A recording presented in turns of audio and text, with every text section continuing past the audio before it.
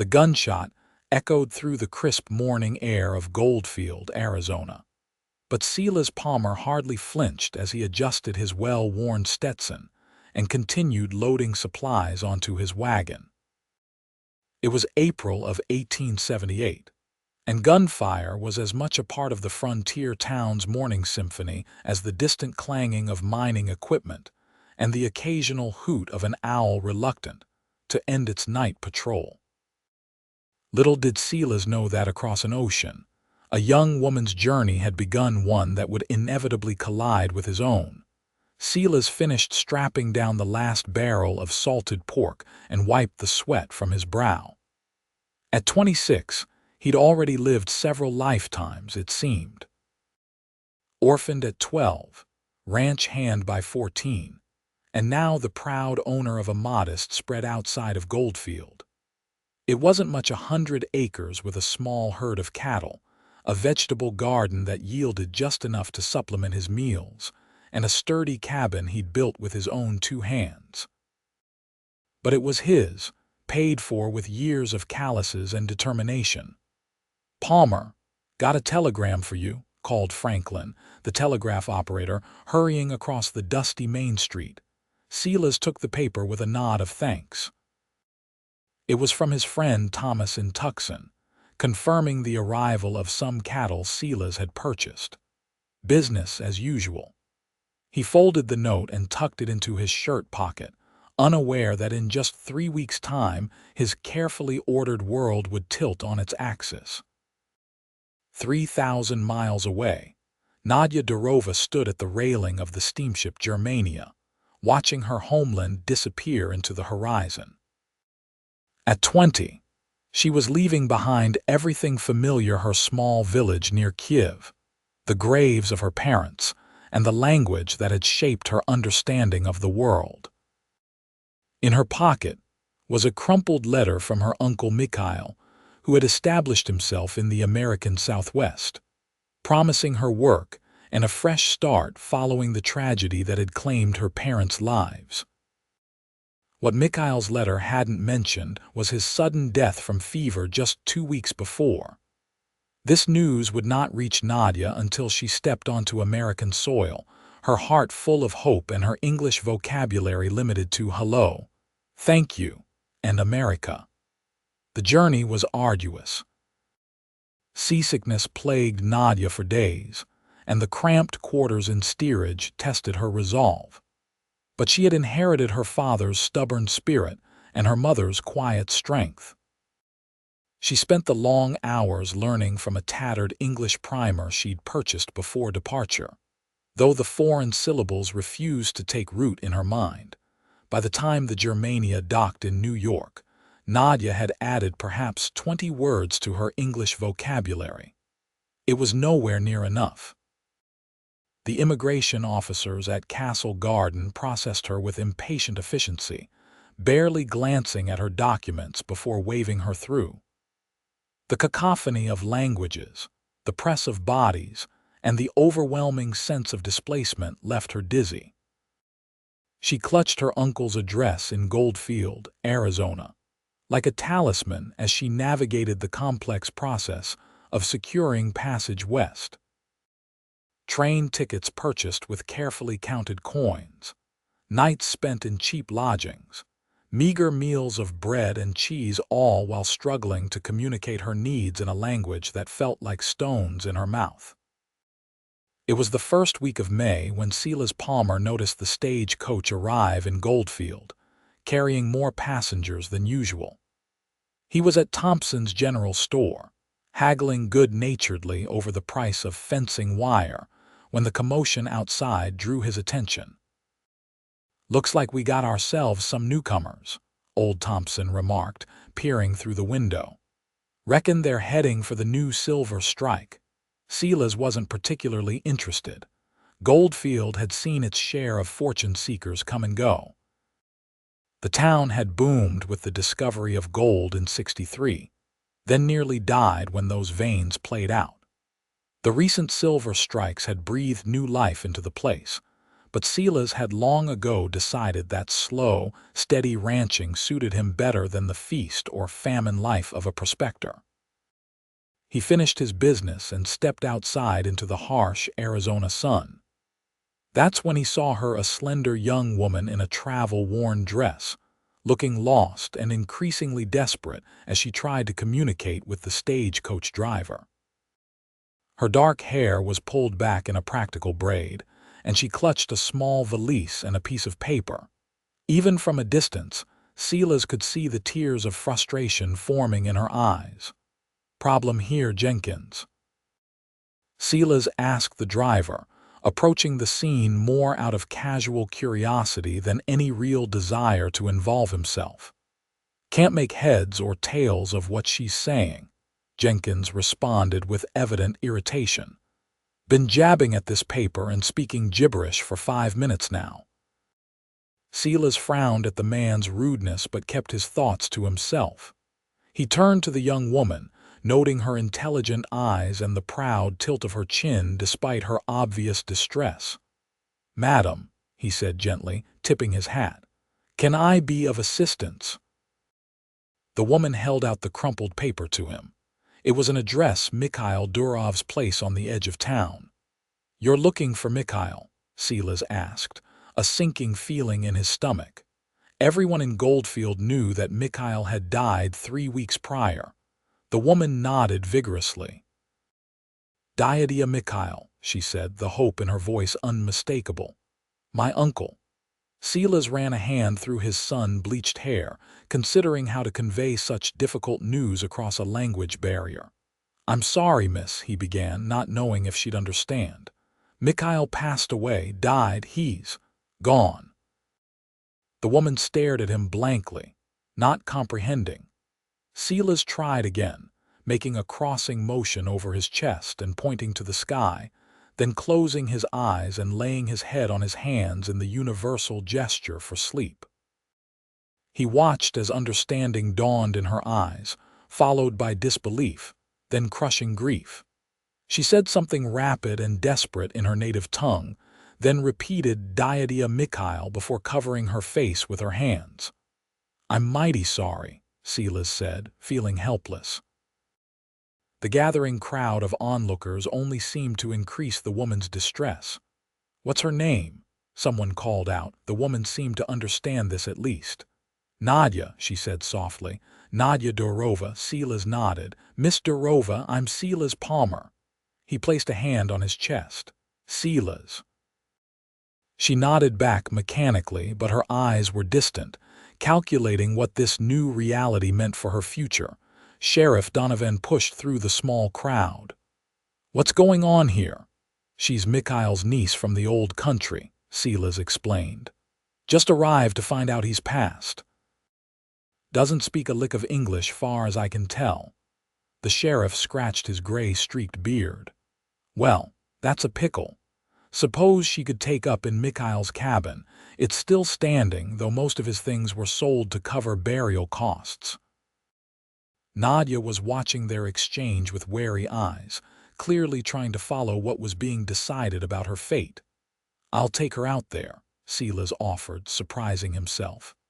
"Got my wagon loaded and ready to go. It's on my way back to the ranch."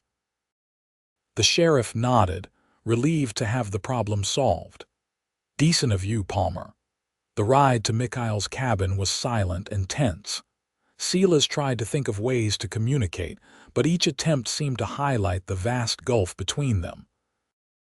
Nadia sat rigid beside him, her hands folded tightly in her lap, occasionally brushing away tears that escaped despite her obvious efforts at control.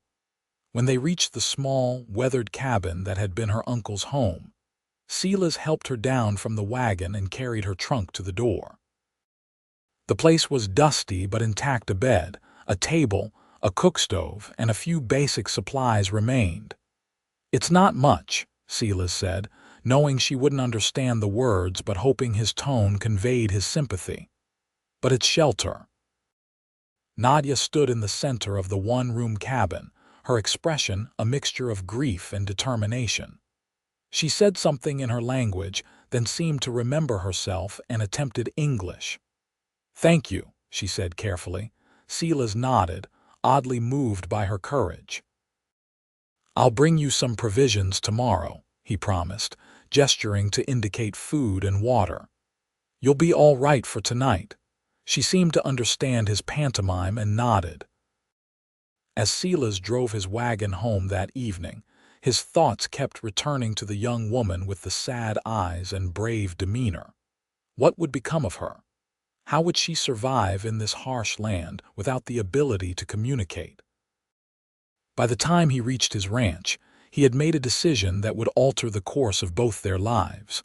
The following morning, Silas arrived at Nadia's cabin with a wagon load of supplies: flour, beans, salt pork, coffee, sugar, and a bucket of fresh milk from his own cow. He'd also brought a sack of seed potatoes and some vegetable starts from his garden. Mikhail had kept a small plot behind his cabin. With luck, it could be revived. Nadia opened the door at his knock, looking as though she hadn't slept. Her eyes were red-rimmed, but her hair was neatly braided and she had clearly made an effort to tidy the cabin.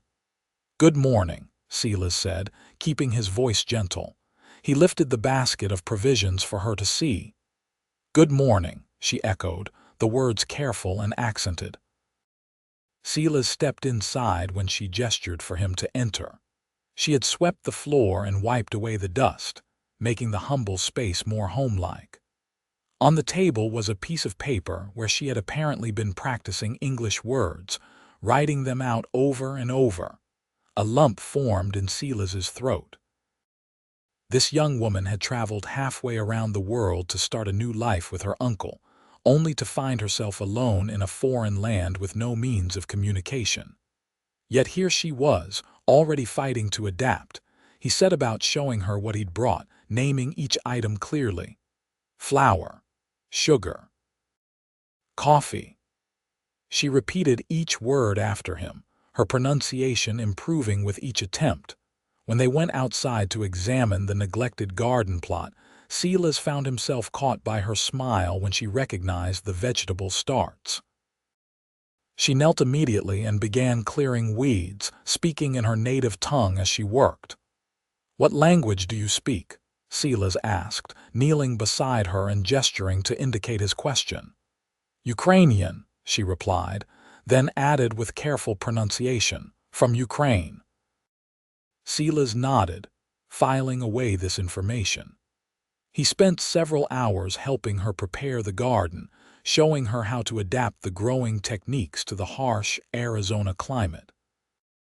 They developed a rudimentary system of communication, a blend of gestures, drawings in the dirt, and the few English words Nadia knew. As the sun began to set, Silas reluctantly prepared to leave. "I'll return tomorrow," he said, pointing to himself, then making a circular motion with his finger before pointing to the ground where they stood. Nadia nodded, understanding. "Tomorrow," she repeated. She hesitated, then added, "Thank you, Silas." Hearing his name in her accent did something strange to his heart. He tipped his hat and rode away, his mind already turning over plans. That night, he wrote a letter to his old friend Daniel Kincaid in Tucson, who had connections at the university. Daniel's wife was a former schoolteacher who maintained a small library. If anyone would know where to find information on the Ukrainian language, it would be them. Over the next 2 weeks, Silas visited Nadia daily. Each time, he brought something: useful tools for the garden, a length of cloth for mending clothes, a book of simple English phrases. He showed her how to use the well, where to find wild berries that were safe to eat, and how to tell when a thunderstorm was brewing by the feel of the air. In return, she prepared simple meals from the vegetables they harvested together, and taught him Ukrainian words for common objects. Silas found himself practicing these words on the long ride back to his ranch each evening, determined to master the strange sounds and unfamiliar syllables. Word spread quickly in Goldfield about Silas's daily visits to Mikhail's niece. Gossip flowed as freely as whiskey at the Silver Spur Saloon. "Palmer's sweet on that foreign girl," declared Abigail Thompson, the storekeeper's wife, as she arranged new ribbons in the mercantile display. "She's a pretty little thing, even if she can't speak proper," agreed Martha Jenkins, selecting a blue ribbon that matched her Sunday dress. "But what's he thinking? Man can't build a life with someone who doesn't speak his language." Sheriff Donovan, purchasing tobacco nearby, shook his head. "Palmer's a decent sort. Probably just feels responsible for the girl since she's got nobody else." But Silas was oblivious to the town's speculation. His days fell into a new rhythm: morning chores at his ranch, afternoons with Nadia, evenings spent poring over whatever materials on the Ukrainian language he could acquire. Daniel had come through magnificently, sending a packet containing a Ukrainian English dictionary, a grammar guide, and several folk tales printed in both languages. Silas found the language fiendishly difficult. The Cyrillic alphabet bore little resemblance to the letters he knew, and the grammar seemed designed to confound him at every turn. But each small victory, successfully asking Nadia to pass the salt or correctly naming the vegetables in her garden, was rewarded with her radiant smile, and that was motivation enough to persevere. For Nadia, the shock of her uncle's death was gradually giving way to cautious hope. The garden was thriving under their combined care, providing her with food and even a small surplus she could trade in town. Her English vocabulary was growing daily, aided by Silas's patient instruction and the picture book he'd brought her. But it was the moments when Silas attempted to speak Ukrainian that touched her most deeply. His pronunciation was atrocious, his grammar non-existent, but the effort he made to bridge the gap between them spoke of a respect few had shown her since her arrival in America. One afternoon in late May, they sat in the shade of an old cottonwood tree near the cabin, taking shelter from the relentless Arizona sun. Silas was attempting to read a Ukrainian folktale aloud, mangling the words so badly that Nadia couldn't help but laugh. "No, no," she said, taking the book from him. "Listen." She read the same passage, her voice flowing smoothly through the familiar words. Silas watched her face as she read, captivated by the animation in her expressions. She was telling a story about a clever fox who outsmarted a wolf, and though he couldn't understand most of the words, the cadence of her voice and her expressive gestures conveyed the tale's essence. When she finished, she looked up to find him studying her with an intensity that made her cheeks warm. "Beautiful," he said softly, and she wasn't sure if he meant the story or something else. An awkward silence fell between them, broken only when Silas cleared his throat and suggested they check on the garden before he headed home. That night, as she prepared for bed in her solitary cabin, Nadia found herself thinking about the gentle cowboy who was becoming such a constant in her life. In Ukraine, she'd never given much thought to marriage or romance. The death of her parents had left her focused solely on survival. But now, in this strange new land, she found herself wondering what it might be like to build a life with someone like Silas Palmer. The thought both thrilled and terrified her. What did she truly know of him, after all? They could barely communicate beyond the most basic concepts. And yet, there was a depth to their connection that transcended language, a shared understanding that seemed to grow with each passing day. June arrived with blistering heat and the promise of monsoon rains to come. Silas expanded his visits to include practical lessons in desert survival, teaching Nadia how to identify water sources, avoid poisonous creatures, and find shelter during sudden storms. These excursions often took them farther from the cabin, exploring the rugged beauty of the surrounding landscape. During one such trip, they discovered a small, hidden canyon where a spring bubbled up from the rocks, creating an oasis of greenery in the arid terrain. Nadia gasped with delight at the sight, immediately kneeling to splash the cool water on her face. Silas smiled at her childlike joy. "Secret place," he said in halting Ukrainian, using words he'd practiced for days. Nadia looked up at him, her face shining with water droplets in surprise. "You speak better," she replied in her improving English. They spent the afternoon in this private paradise, Nadia teaching Silas the Ukrainian names for the flora they discovered, while he shared stories about the land's history using simple English and elaborate pantomime that frequently sent them both into fits of laughter. As they prepared to leave, Nadia bent to pick a small desert flower that grew near the spring. She tucked it behind Silas's ear with a teasing smile, saying something in Ukrainian that he didn't catch. "What does that mean?" he asked, pointing to his ear where the flower sat. Nadia's cheeks flushed, and she busied herself gathering her things. "It is nothing, just silly words." But that evening, when Silas consulted his dictionary, he discovered that the phrase she'd used translated roughly to "my handsome protector." The knowledge kept him awake far into the night, his heart racing with possibilities.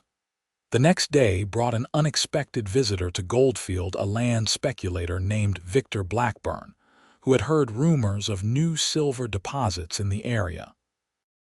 Blackburn was a sharp-dressed man with cold eyes and a reputation for ruthless business practices. He took a room at the town's only hotel and immediately began making inquiries about available properties. It didn't take long for Blackburn to learn about Nadia, a young, vulnerable woman living alone on a potentially valuable piece of land. By afternoon, he was knocking on her cabin door, all smooth charm and calculated kindness. Nadia opened the door cautiously. The well-dressed stranger smiled broadly and removed his hat with a flourish. "Good day, Miss Durova," he said, his voice oily with false warmth. "My name is Victor Blackburn. I understand you've recently inherited this property from your late uncle." Nadia understood only a fraction of his words, but his demeanor put her instantly on guard. "No English good," she said carefully. "Please wait. Silas come soon." Blackburn's smile tightened. "I'm afraid I can't wait, my dear. I've come to make you a very generous offer for this land. Your uncle's property happens to be situated in a prime location for my business interests." He pulled out a document and a small pouch that clinked with coins. $500, cash in hand. More than fair for a rundown cabin and a few acres. All you need to do is sign here. He pressed the paper toward her, pointing to the signature line and offering her a pen. Nadia backed away, shaking her head. "No, wait for Silas." Blackburn's friendly facade began to slip. "Listen carefully, girl. You're alone in a foreign country with no means of support. This offer won't remain open indefinitely. Be sensible." The door behind him creaked, and Silas's voice cut through the tension like a knife. "The lady asked you to leave, Blackburn." Blackburn turned slowly, his face a mask of irritation quickly covered by a professional smile. "Ah, Palmer. I was just explaining to Miss Durova that I'm prepared to take this worthless piece of desert off her hands for a very generous sum." Silas stepped into the cabin, positioning himself slightly in front of Nadia.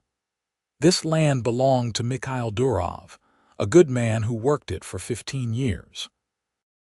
It's got one of the most reliable wells in the county and soil that grows vegetables when everywhere else is dust. I wouldn't call that worthless." He turned to Nadia and carefully explained in a mixture of simple English and the Ukrainian he'd been learning. "This man wants to buy your land. He says $500. It is worth much more."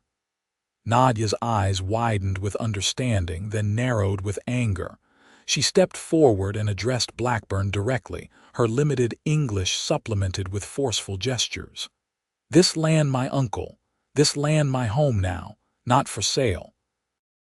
Never for sale to you. Go away." Blackburn's face darkened. "You'll regret this decision, Miss Durova. A foreign woman with no protection won't last long out here. When you change your mind and you will, my offer won't be nearly so generous." He turned to leave, then paused to direct a cold stare at Silas. "As for you, Palmer, I suggest you mind your own business. Interfering with my affairs can prove unhealthy." After Blackburn left, Nadia sank into a chair, visibly shaken. Silas explained that Blackburn was known for acquiring properties through questionable means, and that her uncle's land with its reliable water source was indeed valuable. "He will come back?" Nadia asked, her voice small. Silas nodded grimly. "Probably, but you don't have to face him alone." He hesitated, then added, "I'll teach you to shoot."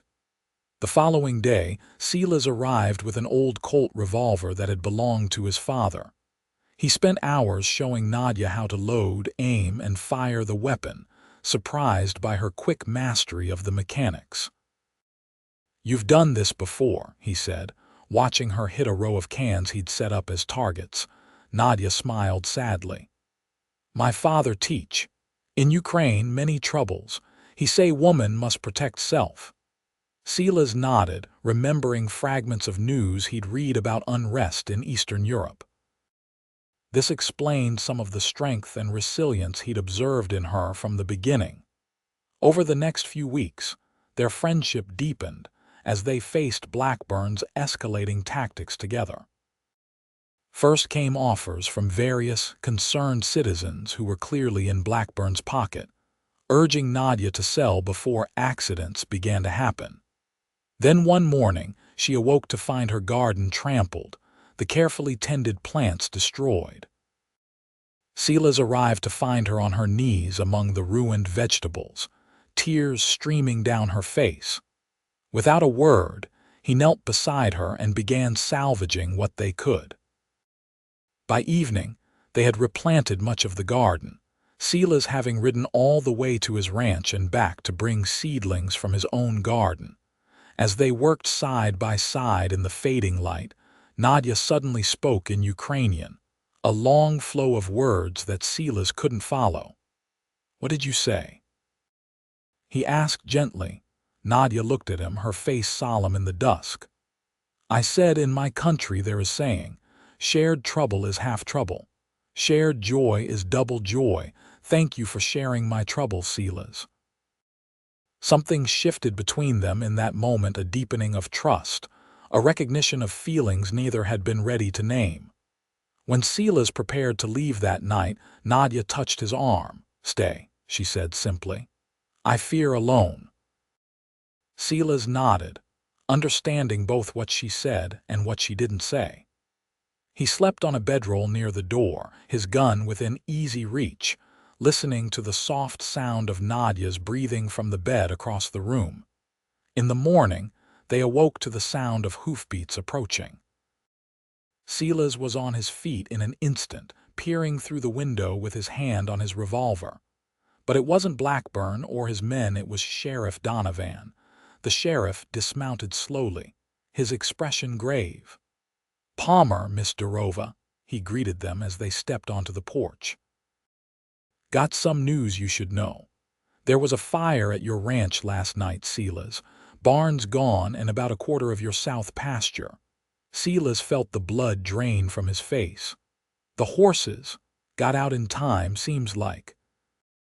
They're scattered, but Jenkins saw a few of your marked ones over by his place. Cattle seem mostly accounted for too." "Blackburn," Silas said, the name a curse on his lips. Sheriff Donovan sighed heavily. "Can't prove it, son. Man was playing poker at the Silver Spur till past midnight with a dozen witnesses." "His men, then," Silas insisted. "Likely. But again, no proof." The sheriff shifted uncomfortably. "Look, Palmer, I know you're sweet on Miss Durova here, and it's right admirable how you're helping her out. but Blackburn's got connections in Phoenix and even as far as Santa Fe. He's not a man to cross lightly. Nadia, who had been following the conversation with increasing comprehension, stepped forward. "This my fault," she said, distress evident in her face. "Your barn burned because you helped me." Silas turned to her, his expression softening. "No, Nadia, this isn't your fault. Blackburn is the kind of man who takes what he wants and doesn't care who gets hurt. I'd stand against him regardless." The sheriff cleared his throat. "Well, I came to warn you both to be careful. I'll do what I can to keep an eye on things, but my jurisdiction only extends so far." He tipped his hat and remounted his horse. "Palmer, you might want to head back to your place, see what can be salvaged." After the sheriff left, Silas prepared to ride to his ranch, his face tight with suppressed anger. Nadia insisted on accompanying him, and he didn't have the heart to refuse her. The sight that greeted them at Silas's ranch was even worse than they had feared. The barn was a blackened skeleton, the smell of smoke still heavy in the air. Half his hay stores for the coming winter were destroyed, and the loss of tools and equipment would set him back severely. As they surveyed the damage, Nadia slipped her hand into his. "We will rebuild," she said firmly. "Together." Silas looked down at their joined hands, then at her determined face. Despite everything, he felt a surge of hope. "Together," he agreed. The following weeks brought both challenges and unexpected blessings. News of Blackburn's intimidation tactics spread through Goldfield, and many townspeople who had their own reasons to dislike the land speculator rallied to support Silas and Nadia. A barn raising was organized, with ranchers and miners alike donating time and materials. Women brought food and supplies, and even the saloon girls from the Silver Spur contributed what they could. During this time, Silas temporarily moved into Mikhail's old tool shed near Nadia's cabin, close enough to protect her, but maintaining a propriety that kept the town gossips at bay. Their days fell into a new rhythm: mornings spent rebuilding at Silas's ranch, afternoons tending to Nadia's garden and making improvements to her cabin, evenings dedicated to their ongoing language lessons. Nadia's English improved rapidly with daily practice, while Silas's Ukrainian vocabulary expanded to include not just practical phrases, but terms of endearment and even poetry. They created a private language between them, a blend of both tongues that became a symbol of their growing connection. July brought monsoon storms that swept across the desert, transforming the landscape overnight. Wildflowers bloomed in unlikely places, and the air was filled with the scent of rain-soaked earth. Nadia delighted in these changes, often dragging Silas outside during gentle rainfall to dance in the cooling drops. It was during one such storm that Blackburn made his most brazen move. Silas had ridden into town for supplies, leaving Nadia alone at the cabin. The rain had just begun when she heard approaching horses. Expecting Silas, she opened the door with a smile that quickly faded when she saw Blackburn and two rough-looking men. "Miss Durova," Blackburn said with mock politeness, "I've come to conclude our business. My patience has reached its end." Nadia stood tall in the doorway, her hand resting on the revolver hidden in the folds of her skirt. Her English was now good enough to let her true feelings show. "There is no business between us, Mr. Blackburn. I told you before, this land is not for sale." Blackburn's false smile disappeared. "I'm afraid you misunderstand, my dear. I'm no longer asking." He nodded to his men, who dismounted and started toward the cabin. Nadia drew the revolver and aimed it steadily at Blackburn's chest. "Stop now, or I shoot." The men hesitated, looking to their boss for direction. Blackburn laughed, but there was no humor in it. "Put that down before you hurt yourself, girl. Do you really think you can stand against us? She doesn't have to stand alone." The voice came from behind Blackburn, and all heads turned to see Silas approaching on horseback, rifle in hand.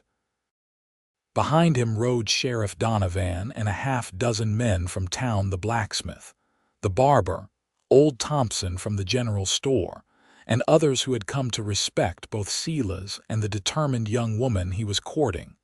Blackburn's face contorted with rage. "This doesn't concern any of you. The girl is squatting on valuable property with no legal claim." "Actually," the sheriff drawled, "I received confirmation from the territorial office just yesterday. Nadia Durov's will was properly filed with the courts in Tucson. Everything he owned goes to his niece, Nadia Durova. The deed is as legal and binding as they come." Silas dismounted and moved to stand beside Nadia, his rifle trained on Blackburn. "You've caused enough trouble, Blackburn. Time for you to leave Goldfield permanently." For a tense moment, it seemed Blackburn might order his men to fight. But faced with overwhelming opposition and the sheriff's official presence, he finally backed down. "This isn't over," he spat as he turned his horse to leave. "Nobody defies me without consequences." "Consider this your consequence," Sheriff Donovan called after him. "If you're seen in Goldfield after sundown today, I'll arrest you for trespassing, arson, and attempted coercion. And I've got witnesses enough to make those charges stick." After Blackburn and his men galloped away, the tension broke. The townspeople who had come to stand with Silas and Nadia congratulated them, expressing relief that the land speculator's reign of intimidation seemed to be ending. As the crowd dispersed, Silas and Nadia found themselves alone on her porch, watching the rain create silvery curtains across the desert. Neither spoke for a long moment, both processing how close they had come to disaster. Finally, Silas turned to her, his expression serious. "I was scared today," he admitted. "Not of Blackburn or his men, but of losing you. When I rode up and saw you standing there with that gun, all I could think was that I hadn't told you yet how much you mean to me." Nadia's breath caught. "What do I mean to you, Silas?" she asked softly, her accent more pronounced with emotion. Silas took her hand, his calloused thumb tracing circles on her palm. "Everything," he said simply. "You mean everything." Then, carefully forming the words he'd been practicing in secret, he spoke in Ukrainian. "Yati bikak heyu." "I love you." Tears sprang to Nadia's eyes and she replied in English, "I love you too." Their first kiss was gentle, tentative, a bridge between worlds as surely as the languages they shared.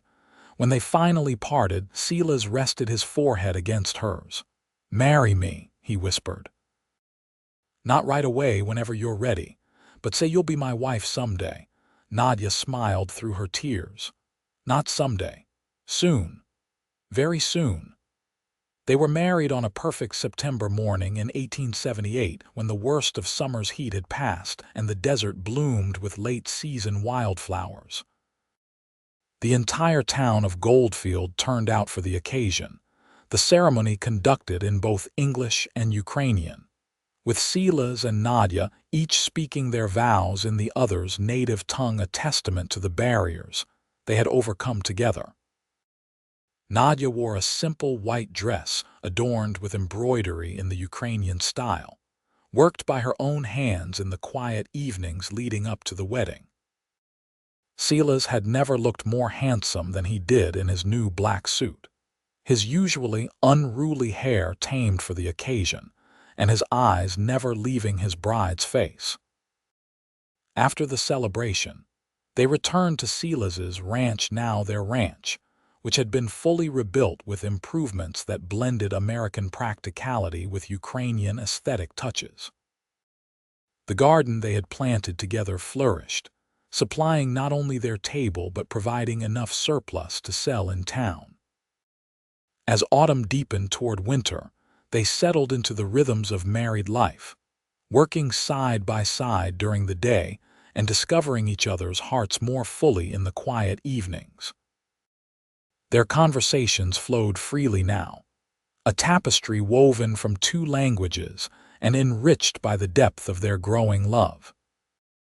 One evening in early December, as they sat before the fire in their cozy cabin, Nadia looked up from the shirt she was mending and studied her husband's face in the flickering light.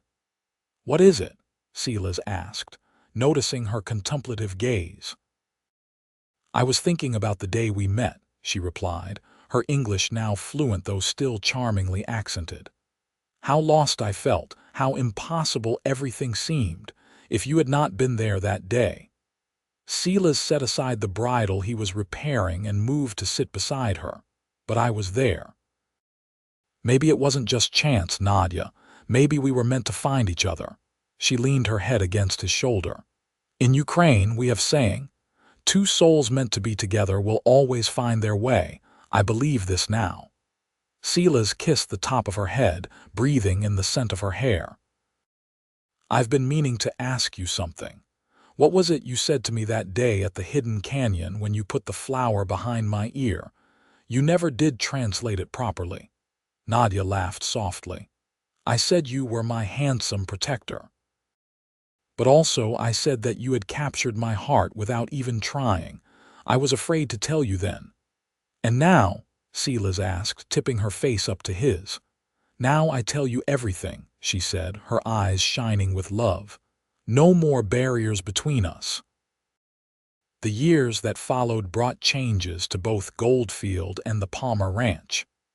The silver boom eventually waned, but unlike many boom towns, Goldfield survived by diversifying its economy. Silas and Nadia's ranch prospered, their innovative farming techniques, a blend of American methods and Ukrainian traditions, proving especially resilient in the harsh desert climate. In the spring of 1880, their first child was born, a son they named Mikhail Thomas Palmer, honoring both Nadia's uncle and Silas's friend, who had helped them bridge their language gap. The boy grew strong and curious, equally at home on horseback or helping in the garden, and was soon joined by a sister, Catherine, in 1882. Both children grew up bilingual, switching effortlessly between English and Ukrainian, much to the amazement of their schoolteachers. Their home became known as a place where cultures blended harmoniously, and Nadia often hosted newcomers to the territory, helping recent immigrants navigate the challenges she had once faced herself. Blackburn never returned to Goldfield, though rumors occasionally reached them of his failed ventures and eventual financial ruin after attempting to swindle the wrong investors in Santa Fe. The land that he had coveted so desperately remained in the Palmer family, flourishing under their care.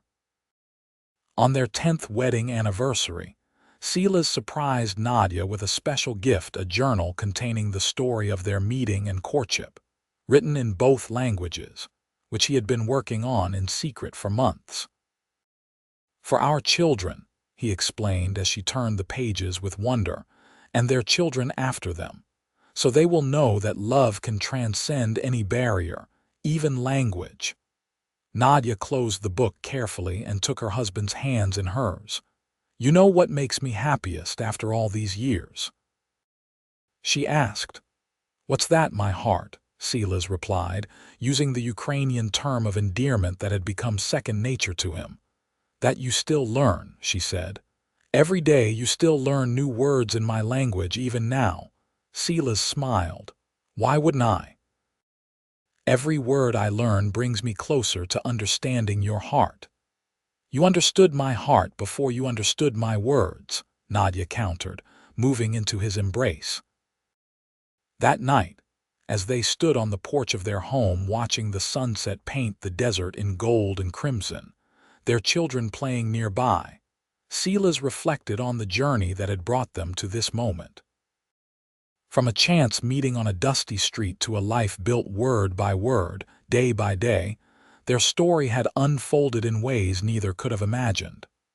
"What are you thinking?" Nadia asked, Noticing his contemplative expression, Silas pulled her closer, his arm secure around her waist. "I'm thinking that some stories don't need translation. They speak directly to the heart." Nadia smiled up at him.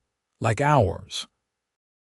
"Exactly like ours," he agreed, and sealed the truth of it with a kiss as the first stars appeared in the darkening sky over Goldfield, Arizona, the place where a cowboy and a Ukrainian girl had proven that the language of love transcends all barriers.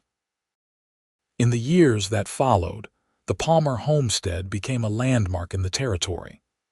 Their innovative agricultural techniques allowed them to expand beyond cattle, ranching into specialty crops that thrived in the desert climate.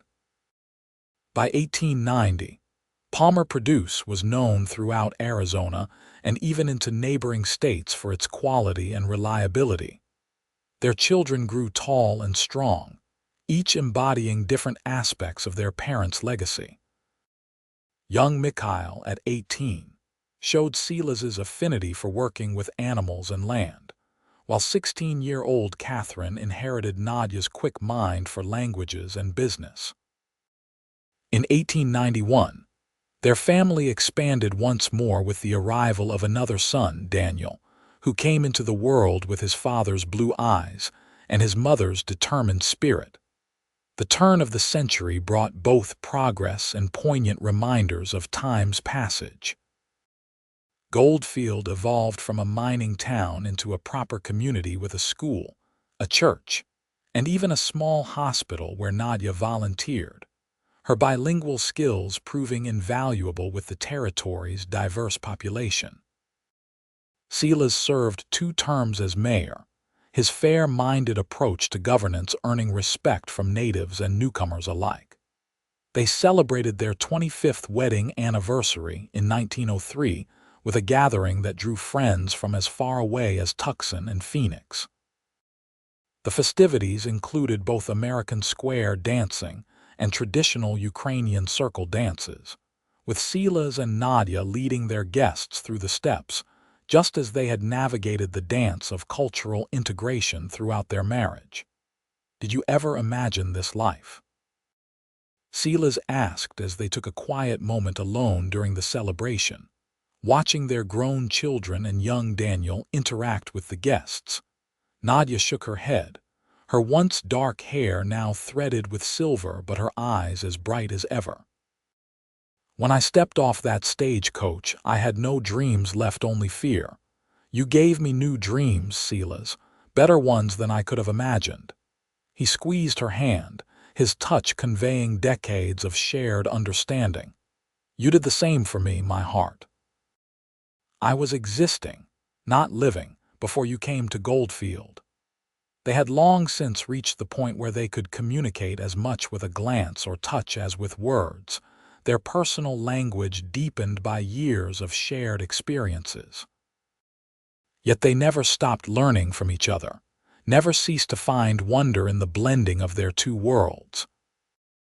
That winter, they received a letter that moved Nadia to tears, news that her childhood friend Lydia had survived the hardships in Ukraine and was seeking to emigrate to America with her 3 children, recently widowed and desperate for a fresh start. Without hesitation, Silas and Nadia arranged for her passage and prepared the old cabin where Nadia had first lived for their new guests. When Lydia arrived in the spring of 1904, the scene was a mirror image of Nadia's own arrival 26 years earlier, a frightened woman with no English standing on Goldfield's dusty Main Street. But this time, Nadia was there to welcome her in their shared language, and the path ahead was illuminated by the light of friendship rather than shrouded in uncertainty.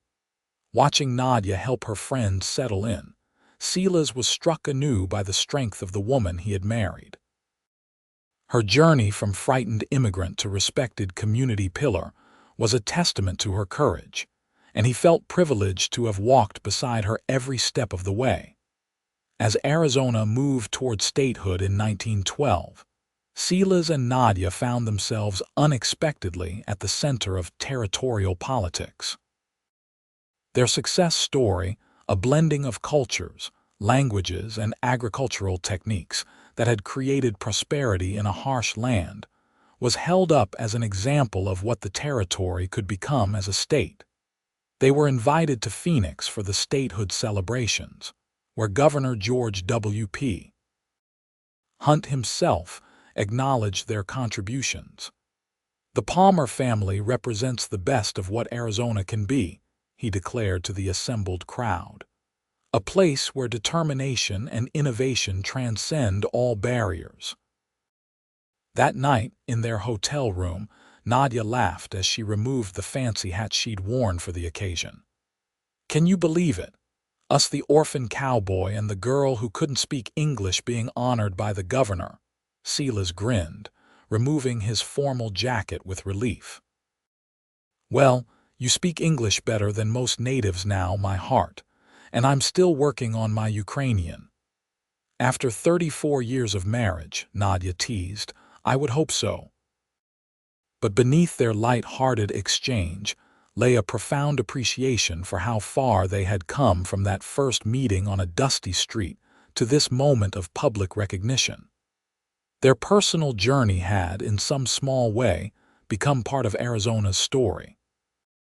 The Great War brought concerns as their oldest son Mikhail enlisted, but he returned safely in 1919, bringing with him a French bride named Claudette, whom he had met while serving overseas. Their family circle widened further when Catherine married David Rodriguez, the son of a local rancher, in 1920.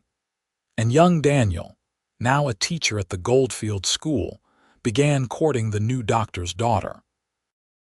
By 1928, as Silas and Nadia celebrated their 50th wedding anniversary, their legacy included not only their 3 children but 7 grandchildren, a living testament to the union that had begun with a simple act of kindness toward a foreign girl who couldn't speak English.